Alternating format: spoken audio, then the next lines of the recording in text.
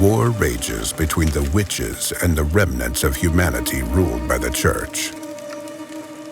In a distant territory controlled by one of the witches, papal scouts have discovered a wreckage of a ship that had been lost for several centuries. It carried a valuable artifact, one that could alter the course of the conflict. To recover it, the Vatican has dispatched one of its best witch hunters. Only he can face the witch by means of his powerful magic. Hunters like him are called prayers, and the substance running through his veins that gives him arcane powers is known as Witchfire.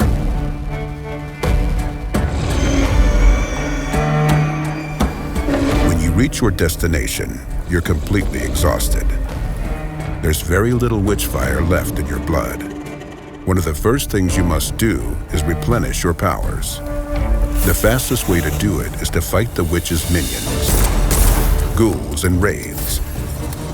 Once they're dead, the Witchfire they were made of will be yours. However, this won't be an easy prey. The world of Witchfire is a place where everything is trying to kill you. Monsters prowl the area, treasure chests turn out to be deadly traps, and lethal contraptions stay hidden from view.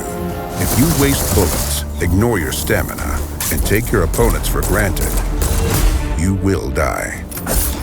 And this can happen in a myriad more ways. Getting killed means that you lose all your loot, although it's possible to recover it, and the monsters you've eliminated come back from the dead. What's even worse, once the witch senses the powerful intruder who hasn't died so far, she will start throwing deadly curses at you, called the Calamities. These can raise the dead from their graves, or conjure a fog to unleash a hunt for your soul. She will stop at nothing to drive you out of her realm. And if this doesn't work and you still brazenly cling to life, amassing more power and a greater arsenal, then the witch will dispatch new types of minions and set traps the likes of which you have not seen. The world will change, adapting to your progress. This means more Witchfire to collect, but also more challenges to conquer. You find refuge in an old hermitage, enveloped in a fog that hides you from the witch's sight. From here, you will venture into her domain, trying to find the villain's lair. An enchanted mirror allows you to receive amazing inventions from the Vatican's gunsmiths.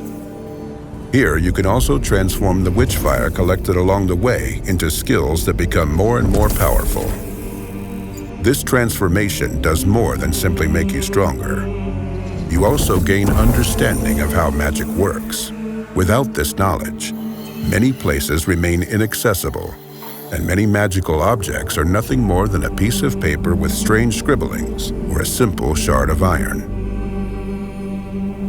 Let's examine this weapon, made for the prayer in the Vatican workshop. If you're unable to see through its esoteric shroud, it looks like a regular rifle.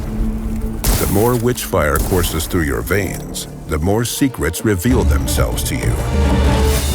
For instance, it turns out that the aforementioned rifle can hit several enemies with a single shot. This is how things are in this world, where common folk see nothing but a regular weapon, a seal with strange symbols, or a beautiful ring.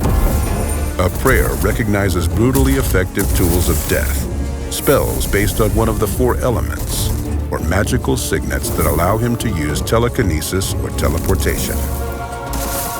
The prayer's task is simple: kill the witch and recover the artifact she stole. However, simple doesn't mean easy. Luckily for you, the prayer has more tools at his disposal than superhuman powers or a magical arsenal. Some of these implements are called the Arcana. Crystals that are created from Witchfire in the most magic-infused spots allow the prayer to alter reality, if ever so slightly. Will you enhance your spells with new abilities, weaken all of the witch's minions, or perhaps you will prefer to improve your shooting skills for a short while?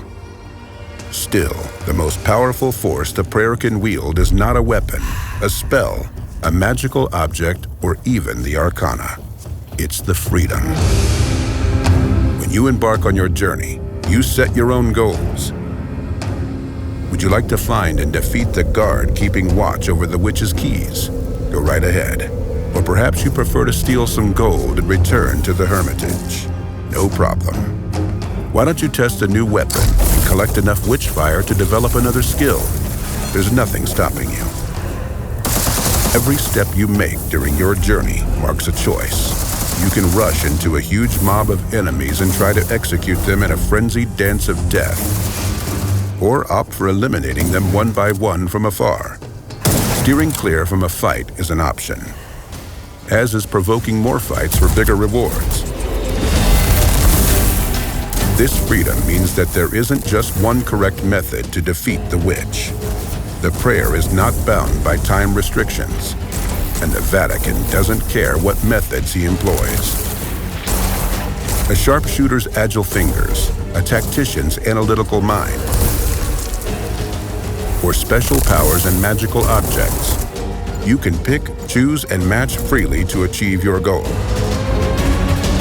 These are the bare bones of Witchfire. Discovering the rest is up to you. But here's a final thought.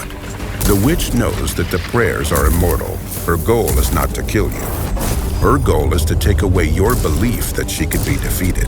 When faced with hardship, you decide whether to give in to despair or get back on your feet and resume the fight.